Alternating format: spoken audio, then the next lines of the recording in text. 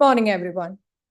It is an absolute honor to welcome you all to this enlightening session as part of ICAET 2025. We are gathered here to explore a topic that is both crucial and timely: AI and sustainability, a subject that holds the key to our planet's future. And who better to guide us through this discussion than our esteemed guest of honor, Dr. Murli Tumarkudi, an internationally renowned environmental expert and the director of UNCCD Germany. Also, we have with us Mr. Sunil Prabhagar, AI expert and trainer and digital media consultant of Mathrubhumi. He has also served as a resource person for the pre-conference workshop on applications of AI on research writing. To begin this session on a positive note, let us invoke the blessings of God. I request Rasha Febin to lead us in the prayer. Please, Rasha.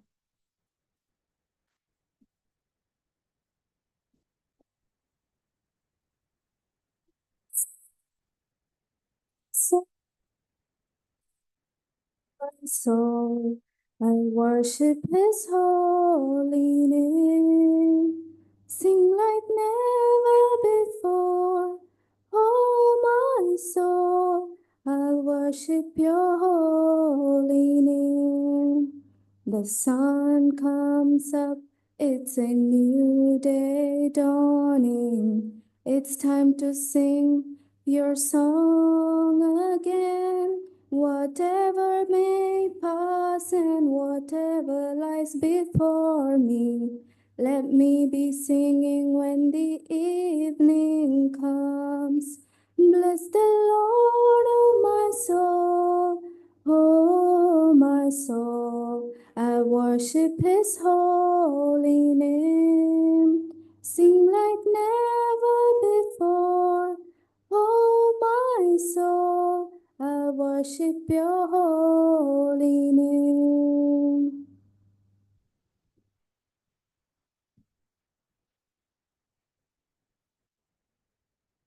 Thank you, Rasha. We can do all things through Christ who strengthens us.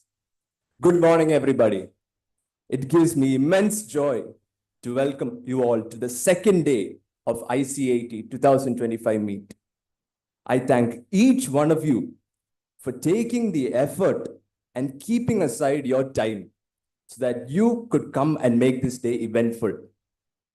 The International Conference on Artificial Intelligence and Emerging Technologies, ICAT 2025, conducted by the Department of Computer Science, aims to bring together researchers, academicians, industry professionals, and technology enthusiasts from around the globe to explore advancements and innovations in AI and emerging technologies.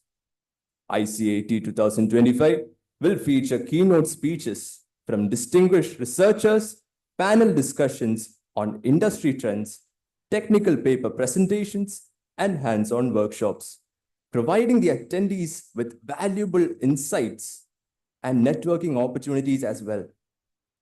The event will focus on cutting-edge research, real-world applications, and ethical considerations in AI-driven solutions by experts. We have our guest of honor and our dignitaries joining us here this morning. And so it is my absolute pleasure to welcome our guest of honor, Dr. Murli Tummarukudi. We are so glad to have you with us, sir. Dr. Murli Tummarukudi is an internationally recognized expert in the field of disaster management. He has over 25 years of domain experience in the Shell Group of companies and the United Nations. We sincerely appreciate you, sir, for the time that you have set aside so that you could come and join us for this conference. Following which, I take this moment to extend my heartfelt greetings to the dignitaries present here as well. To start with, I sincerely want to welcome our director, Reverend Father Dr. Matthew Vattadara CMI. In your absence, we welcome you, Father.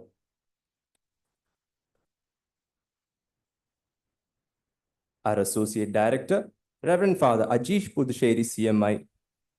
In your absence, we welcome you, Father. Our principal, Dr. Lali Matthew, we welcome you, ma'am. Our head of department, Sijo sir. In your absence, we welcome you, sir.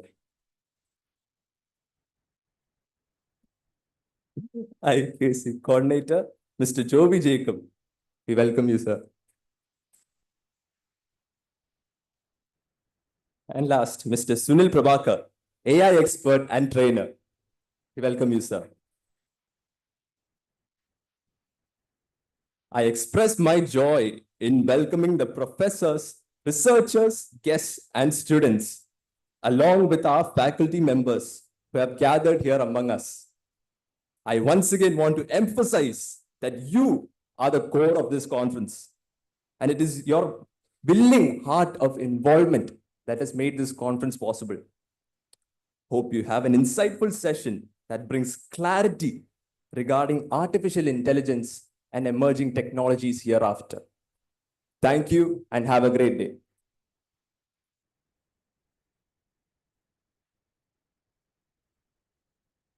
Thank you, Joshua, for the warm welcome.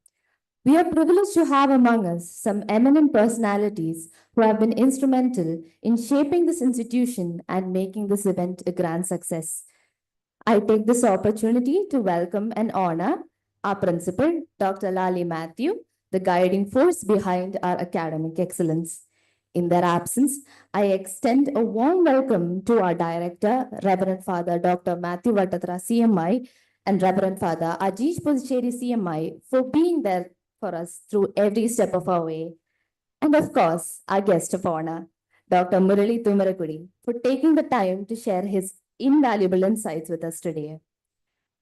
Now, let me introduce our guest of honor, Dr. Murali Thumarakudi. Dr. Thumarakudi is a highly esteemed environmental expert and currently serves as the director of UNCCD Germany. With years of experience in disaster management, environmental sustainability, and policy advocacy, he has worked extensively with global organizations to drive climate action and sustainable development. Today, he will be shedding light on how artificial intelligence can play a pivotal role in achieving sustainability goals. He is currently the operations manager at the Crisis Management Branch of United Nations Environmental Program. Murali holds a PhD in Environmental Engineering from Indian Institute of Technology, Kanpur. He is alumnus of the International Leadership Academy. With more than 25 years of international experience in the field of environmental management in crisis situations, Murali is one of the world's leading authorities on this topic and frequently lectures in universities around the world on this topic. Without further ado, let us welcome Dr. Murali Thumarakudi to take the stage and enlighten us with a session on AI and sustainability. Sir, please.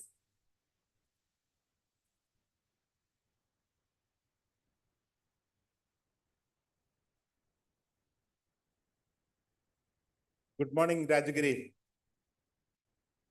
Even though I'm actually from a very close by area, I'm actually from Benguela, which is probably 10 kilometers as the crow flies.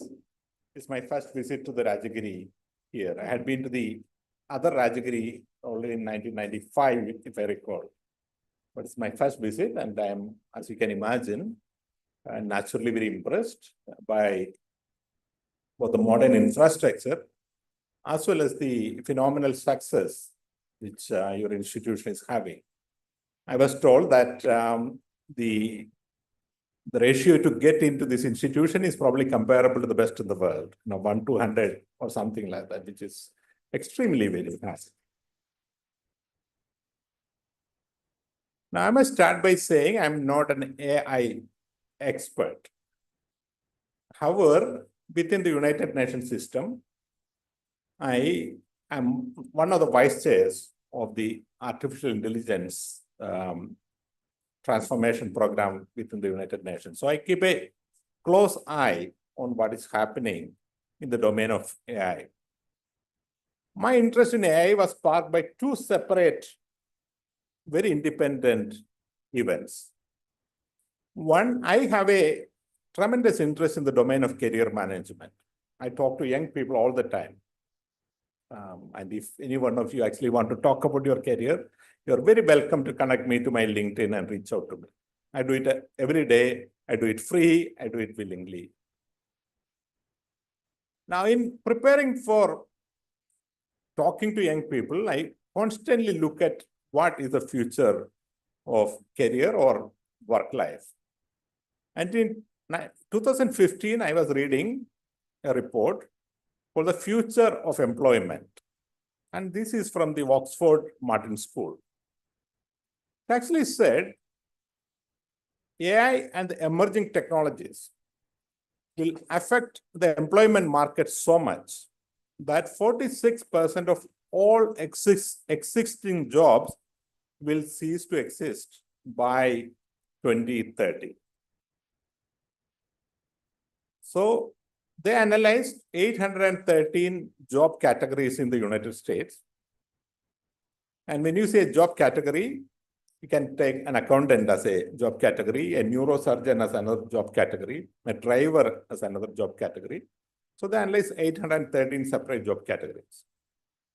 And they looked at the emerging technologies, such as AI, such as drones, such as robotics, Internet of Things, synthetic biology, etc. And after analysis, they concluded that 46% of all job categories, not jobs, will cease to exist by 2030, which translated would probably mean 60 to 70% of all jobs would cease to exist. I was actually very shocked. And I thought probably it's a little bit of fear mongering that this is really not going to happen. But maybe they are projecting too much. Now we are standing in 2025, and I know this is already happening. During COVID, as you would have seen, 800 million jobs vanished from the employment market, and they didn't come back because people found there are other ways of doing it. And already there are many other jobs vanishing. World Economic Forum comes out with regular reports on future of employment. International Labour Organization is coming with a report called AI and the Future of Employment. All of them are saying the same thing, that the way we understand jobs is going to fundamentally change and is changing. It's not something which is going to happen in future. It is changing. And in my generation, I could do one degree, get into a job, progress through the organization and retire and take a pension and go home. This is what majority of my friends did. Most of them are now retired. But in your generation, it's absolutely certain that there will not be not even one person who will graduate, get into a job, stay in the organization, and retire from the same organization. That is already over.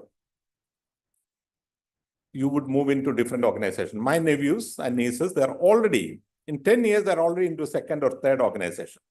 By their choice, sometimes not by their choice. People are hiring and firing at will. You can see in the United States these days, every morning you have to look into your inbox before you go to office. That jobs are going that fast.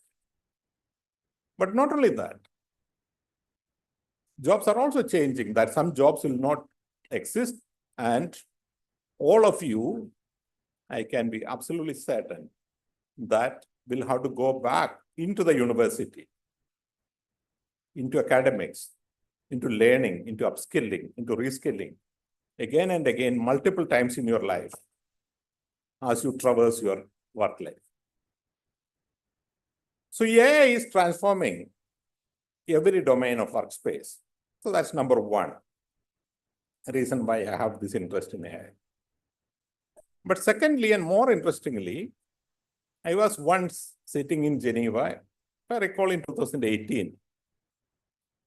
And every day there are many meetings happening in the UN system in Geneva, and I get a list of all the meetings which comes.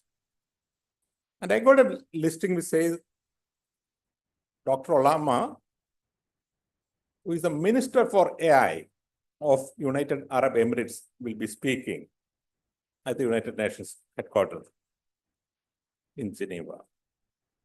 So it was quite a surprise to me that there is a minister for AI in a country. So out of sheer curiosity, I went and I saw this person who was only 29 years at that time.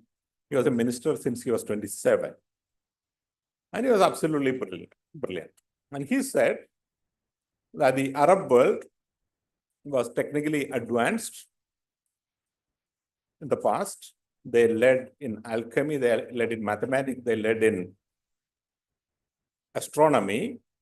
But when the printing revolution came, they did not take it up, and therefore they lost out. And Arabs these days are not technologically advanced in any field. His words. So he said, UAE is committed to take up AI as a transforming agent, not just for UAE, but for the entire Arab world, because he sees AI as the future. So UAE has an AI strategy. And the AI strategy is not just about developing AI as a tool, but transforming the entire government and governance using AI. And what they did is very interesting. They looked at every government department in UAE, 93 separate government departments. For health department, education, tourism, fisheries. And the second most senior person in the department was selected and sent to the Oxford University, their SAID School of Management. And Oxford University was asked to develop a special course for the UAE officers on AI in governance. So these people are not AI experts. They were domain expert in their own domains. And the Oxford University developed a course on AI, which told them about the future potential of AI and how there is information and data in each of the department, which can be transformed using AI, and therefore the governance can be improved. There are already good practices in AI-based governance in other parts of the world. You may have heard about Estonia, which is world's leading country in digital governance. They have a data policy already in 1996. And since 2001, they have been running what they call a digital backbone of their country, to which every institution is connected, government and private. And they have given a commitment to every citizen in their country that all public services are open 24/7 from wherever on earth. They have given a commitment to all people in the country that the government will ask one information from a citizen only once in their lifetime. That if you have given your date of birth once in any government department, no other government department will ever ask you that information. And I keep referring to this thing about the MG University. I don't know, maybe I'm on record and I should say that if you actually need a provisional certificate, you have to submit a series of records, most of them issued by the university, such as the mark sheet, etc. And then they issue a provisional certificate. And if you then want to get a degree certificate, you have to submit all the above record plus the provisional certificate back to the university so that a degree certificate can be issued, while all the records are already in the university. Ideally, with one information, with your date of birth or your roll number, the university should be able to pick up every information and provide it to you. But that's not how it works, unfortunately. So Estonia had already committed to do this, and they're doing it. So UAE wanted to excel what Estonia is doing. So they sent 93 of their officers to UK, to Oxford University. Not only that, they decided that they will set up the first university for artificial intelligence in the world in UAE.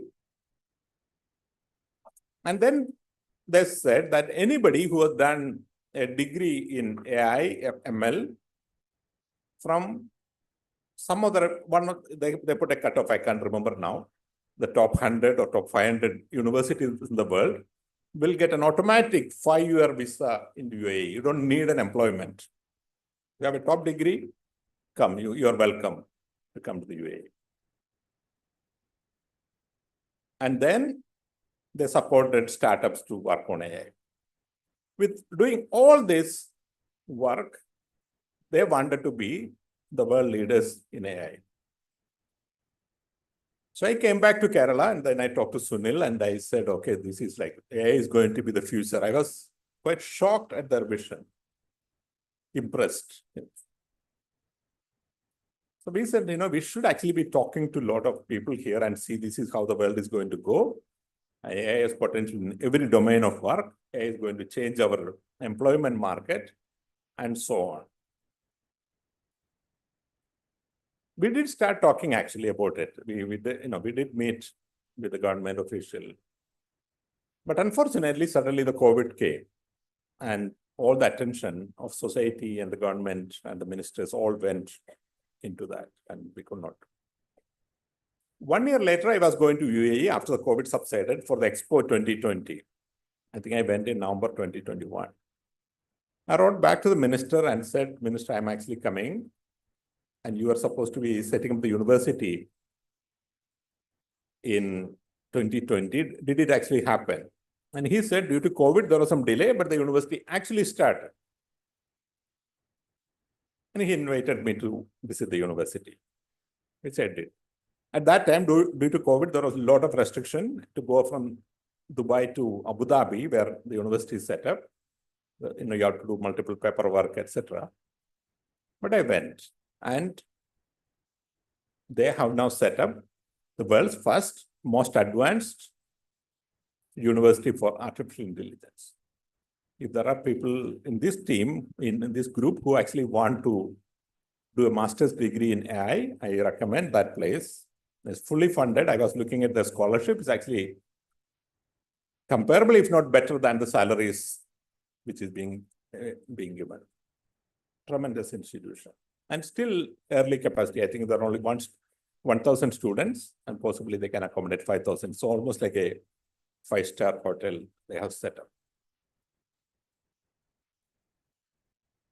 So it was very clear that AI is going to drastically change the world and we should be changing with it. Within my domain of influence in the United Nations, I started working with the International Telecommunication Union, who is spearheading the domain of AI within the UN system. We have a program called AI for Good, where we look at every domain of sustainable development, all the 17 SDGs, and see how AI can be used in that domain. At that point of time, I was working in the domain of disaster management, and we wanted to work on AI and every other technology. So we established a project on AI and other modern technologies for disaster management. And I'll explain what we did in AI and how transferable it is. In 2018, as you know, we had a major flood in Kerala. It affected 55 lakhs people, 5.5 million people, caused 32,000 crore of damage, killed 500 people. Now, modeling floods is a very complicated engineering task. As a civil engineer, we have been trained on it. But with the arrival of AI, it has become so easy. And Sunil once connected me to the Google team, I think which is based in Israel, who are leading the modeling of flooding. And AI is transforming the whole world of flood modeling, that instead of modeling one state or one city, we can now model the entire world in one go. And that's the work which is currently ongoing. So for Kerala specifically, we did a modeling, but that work is now being done globally. Another area where a lot more people die, but not as dramatic as flooding, was landslides. The problem with the landslide is it's not very easily predictable. But people die. Of the 483 people who died during the 2018 flood, 80% died in landslide, not by drowning, but falling under mudslides. So we decided that we wanted to do an AI modeling, not just for Kerala, but globally. Again, landslide modeling is technically very, very complex. But we said, how can we use AI to sort this problem out? We work with the University of Hong Kong. Hong Kong has a lot of hills and a lot of landslides, but they also have a lot of precise data which is needed for landslide modeling. And this professor was working for 30 years in landslide modeling, in physical modeling. And we said, could we use AI to model landslides and predict landslides? And we took the entire data to a hackathon in Switzerland. The hackathon is called Start Global, which is happening right now. If you are participating in external hackathon, I recommend you actually go and enroll there because they support, sponsor, finance. Europe's largest student-driven hackathon happens every March in St. Gallen. So we provided the entire data. We pitched our hack case. And about 30 young students from around Europe came up. And none of them, not even one, had any background in landslide management, not even one. And they were given 36 hours to do landslide modeling using AI. And 36 hours later, of course, as usual, they came and pitched their cases. And the professor from Hong Kong was online. At that time, he could not travel due to COVID restrictions. And he was absolutely shocked that the algorithms which were coming out from these young people who had never, ever worked on landslide was better than what he was able to do with 30 years of his engineering experience. So in a way, your 30 years of experience is getting redundant because of that. We are now expanding that into a global initiative only for natural disaster management. We have a full AI working group. And there are many other working groups, AI for health. One of big challenge for WHO or the international humanitarian system is that when you have pandemics, you don't know, or malaria episode, you don't know where it's happening. So you have medicines in one place, you have the health episode in another place.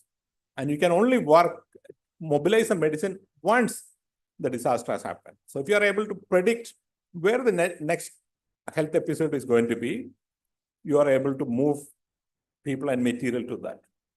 And in Africa now, they are able to predict using AI where the next episode of Ebola or malaria is going to happen, saving lives. Since this tech group is also on other technologies, I was once in Rwanda, where they have a drone operator, private sector, who is operating a drone service only to send blood to various parts of the country from a drone station in the capital. So as soon as somebody needed blood, they give information, he set a drone. And if you go to YouTube, you'll see this absolutely stunning drone, aerodrome, I don't know what's it called, but the drone airport from which every 5 minutes, blood samples is going to other parts of the world.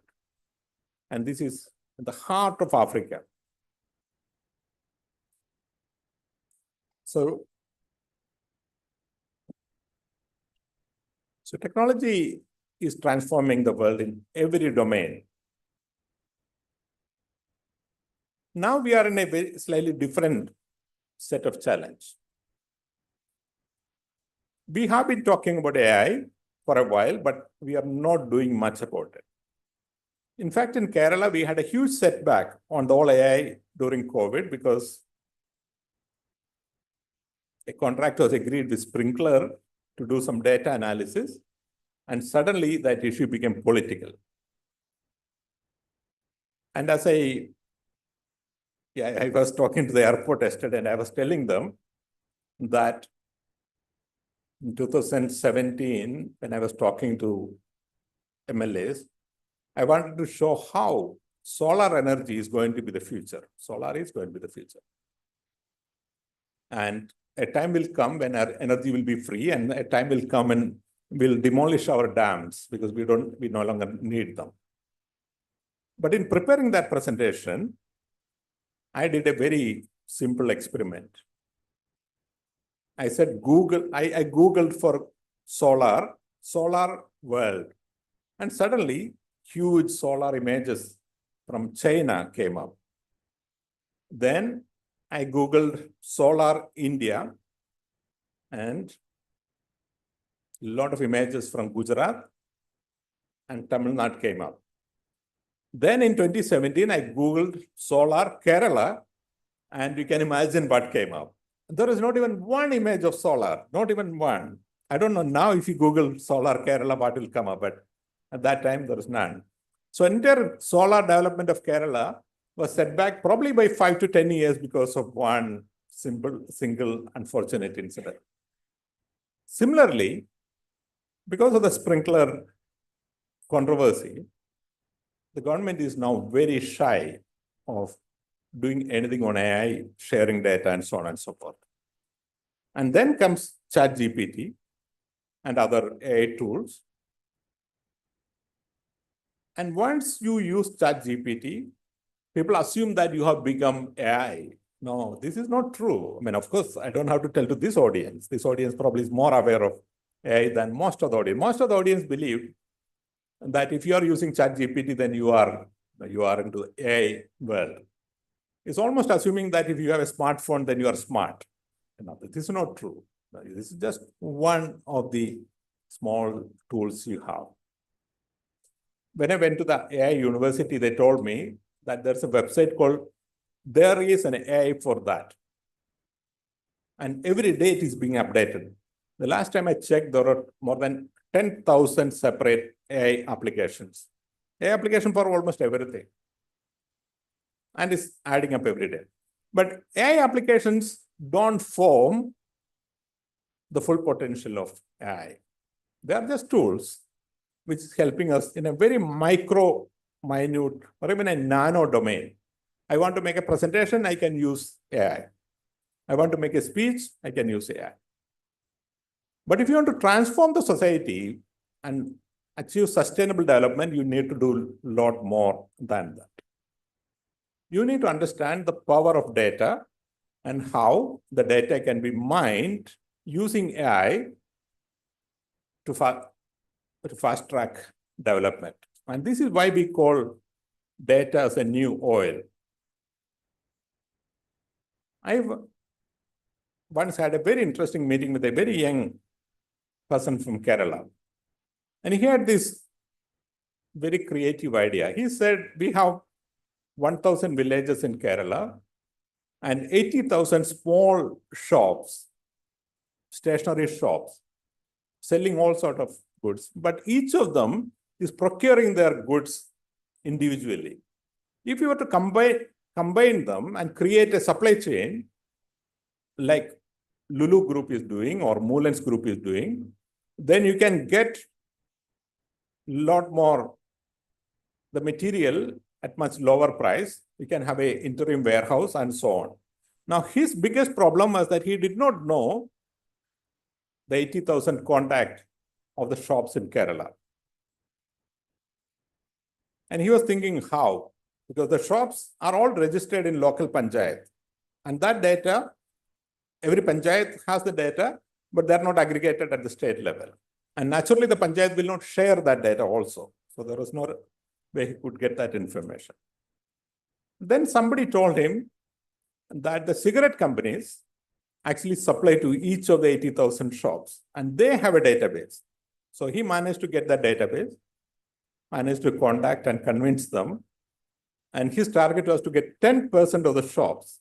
And based upon that idea, he could generate $300 million of venture capital to establish such a system. That is being done now. This is the type of power which we have if we were to open up our data. Now, unfortunately, we don't do that. Our government departments are sitting on gold mine of data, every department. Some data as old as 150 years. I once told Kerala State Road Transport Corporation, every day, apparently 30 lakhs of consumers use KSRTC. But KSRTC do not have a database of who is using their bus. So they have no idea about what class of people using, how often they use, how long an average consumer use, what is their consumer preferences. And we always worry about KSRTC making laws and so on and so forth. KSRTC think their biggest asset is their bus or the real estate in their cities. The biggest asset of KSRTC could be the database of the passengers who are using it, and which they can do, compile very easily. All that they have to do is to issue a smart card, like the Cochin Metro does, so that every user will use that smart card. Instantly, you have a database of 5 million Malayalis who are occasionally at least using KSRTC, and suddenly that database then is a gold mine. This is the type of work which we have to do. We have to look at, like Dubai did, every government department. Kerala probably has 110 government departments. Look at what data, what potential they have in their departments, and how to mine that data, and how to use new AI applications so that development can be faster, more inclusive, and more sustainable. I would stop at this point and see if there are any questions. Thank you.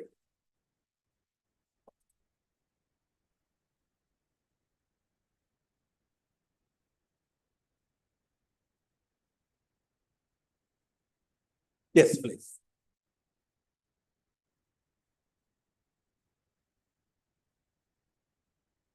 Okay. Media post. So my question to you is not about AI or sustainability. It's a writing that you did recently on Facebook. So the post was about IIT and the ITAs. Yes. So my question is, the very recent issue is the students are migrating to different countries for skill-based education. So as a staff of higher education, so what is your thoughts that we can incorporate to the higher educations, which are most of them are being autonomous nowadays, so they have that autonomy power. So what is the kind of ideas or the skills that they can incorporate into their syllabi, so that we can set back, or we can have our students in our within our country, and we can make use of the skills of our country. Thank you. Thank you. I don't know how many of the students here follow me on Facebook. I had recently written an article which said, ITA-കൾ എന്തുകൊണ്ടാണ് ഇറച്ചി വെട്ടാൻ പഠിപ്പിക്കാത്തത്? Because I'm now living in Germany, and every June, Germany opens up its employment market to train on all possible skills. The German education and employment system is totally integrated. And students, when they are 12 years old, are separated into 3 batches. People who can go to higher education, people can go into polytechnic, and people who can go to skill schools. Now, because there are not enough people in Germany, they are opening up this market of the skilled school to other audience. Every type of job, hairdressing, window cleaning, meat cutting, this all are skills where you get 3 years of education. And then, of course, you get comparable jobs and so on and so forth. In Kerala, unfortunately, we do not calibrate our ITI to the employment market. This was the article which I wrote. The question you asked is about student migration and what can academic institutions do. This is a challenging question, and the challenge is that it is not any shortage in our academic system that is causing the recent student migration. In Kerala, we always had the challenge of the best and brightest going to premier institutions in other parts of India after +2 or after their degree. If you took the statistics of where did every rank holder in our state went, you would see that probably 50 to 80% have gone out, and probably more women who is left behind because of marriage and other things rather than people who pursued careers. So that is happening, that will still continue to happen, and that's due to academic reason. But majority of the other students are leaving because they are seeking a better salary for whatever they do, whether in their profession or into meat cutting, because in Germany now, students from Kerala are coming to Germany to learn, how to cut meat, and very soon, and they'll be coming to, hairdressing and all. I'm not saying value judging them. I'm just saying that's a fact. Now, this cannot be solved by improving our academic system. We cannot turn our arts college into hairdressing salons or training and solve that problem. A lot of students are migrating also because of the social controls which we have which the students don't like. So the solution has to be integrated between what is in the academics and what is in the economy. And the challenge with our economy is that while Malayalis have become richer, we are all using smartphones and internet, our economy has remained very primitive. The way we do things, let's say agriculture, is probably 1,000-year-old technology. The way we do construction is probably 200-year-old approach. So almost in every domain of work, modern technologies have not come in. Unless we transform our society digitally into a modern economy, creating a workforce which can work in that is useless. In Kerala, mainly, you have educated yourself out of the Kerala market if you have graduated, because you don't need graduates in Kerala. For most work, for medicine, yes. A limited group of engineers, possibly, yes. But now what will you do with, 300 university colleges teaching, MA in botany or zoology or history? Because the employment market simply cannot absorb that.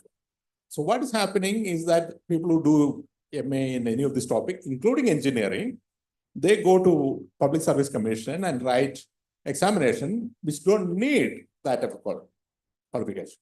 The recent graduating batch of police constables, I think they are called civil police officers now, 455 of them, the qualification is +2, and they had 7 MTechs and many MBAs, 150 postgraduate, 250 graduates. And this cannot be solved by a solution in the educational institutions. Now, because you are from an educational institution and your question is what can we do? The wider society, we all have to collectively work to digitally transform. And that's what we keep talking to the government. But within academic institutions, what we can do is to improve the survival chance of our students. And we have to look at the modern market and see what helps them to do. Number 1, language skills. Number 2, networking skills. How do we connect with each other? The new tools of networking really help youngsters to move. Number three, financial management. Regardless of what degree you are doing, I think you should have some degree of financial literacy. And number four, and which is more relevant these days, is the whole awareness about self-help and self-discipline. Because you have this whole question of drug diffusion into the society. This may all be very fantastic in a transient point, but ultimately it's going to ruin your career. So regardless of what institution you are in, engineering institution or MBA, MCA, whatever, I think these are the type of skills which you have to teach them, while hoping our society will transform itself. This is just a hope, but at least we should hope. I will also say that our objective should not be to retain our people in Kerala. That's not a particular objective in itself. Kerala should be made such a place where the best and brightest from anywhere feel like coming and working, including those from Kerala. So the idea is not to keep our people here. No, the best from, I don't know, Punjab and Delhi, as they try to move to Mumbai or Hyderabad, they should feel like coming to Kerala. This, unfortunately, is not coming. In fact, the migration to Kerala, if you look at the profile of the migrant, they're actually from the very bottom end, the most unskilled, uneducated, etc. Because our economy only create jobs for that segment. That has to change. Thank you.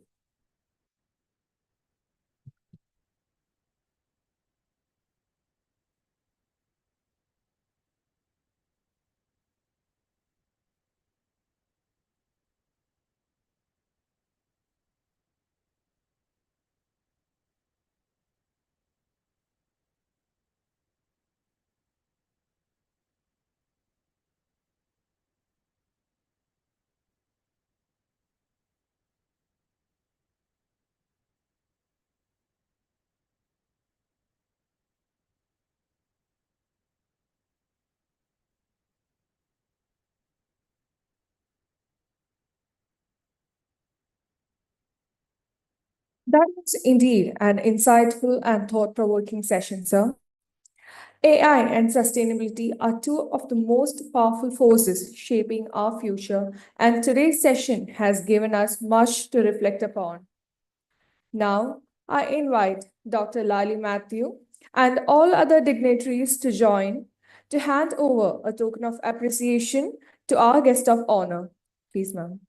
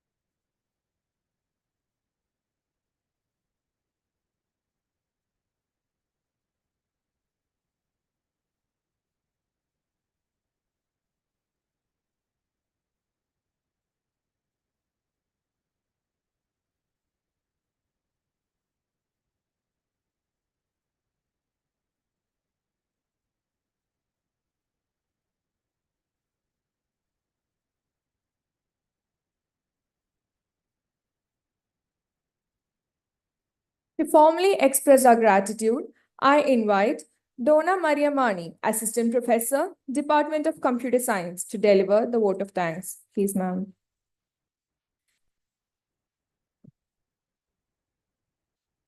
Good morning. So this is the first time the Department of Computer Science is organizing an international conference, and that too in an emerging technology, that is artificial intelligence. So as a part of department, I'm so proud to be a part of this event, and thank you all from the bottom of my heart. First of all, I take this opportunity to express my heartfelt gratitude to all those who have contributed to make this event a success.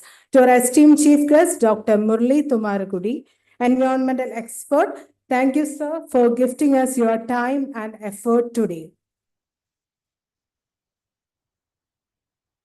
Your insightful thoughts on artificial intelligence and its emerging technologies have truly provided the perfect start to today's events. Next, I would like to thank Mr. Dr. Sunil Prabhagar, our pre-conference trainer. Many of you are familiar. He was our trainer for the pre-conference session on AI applications in research writing. So your presence was truly graceful. To the distinguished dignitaries on the dais, our respected director, Reverend Father Dr. Matthew Vatithira, CMI, in his absence. Associate Director, Reverend Father Ajish Puducherry, CMI, in his absence. Our dear Principal, Dr. Lally Matthew, we deeply appreciate your guidance and unwavering support. Your leadership continues to inspire us. I take this opportunity to thank our conference chairs, Dr. Jiva Jose from BPC College, Piravam, Dr. John from BMC College, Trikakara, and also I would like to thank Mr. Sijal Jacob, HOD, Computer Science, and Mr. Joby Jacob, IQC Coordinator, for their encouragement and support in making this event possible. I would also like to extend my gratitude to Dr. Ajosh George, our research head in his absence, for his invaluable leadership in this gathering. A heartfelt thank you to all our dear teachers of the college who are present here, and my dear colleagues in the department for their dedication and hard work in organizing this event. A special mention to our non-teaching staff for their continuous support behind the scenes. Finally, an enormous thank you to our smart student volunteers whose efforts and enthusiasm has been instrumental in the smooth execution of this event. Also, I would like to appreciate the effort of dear participants who have come here to graciously be here for the occasion. Thank you so much. Wish you good luck.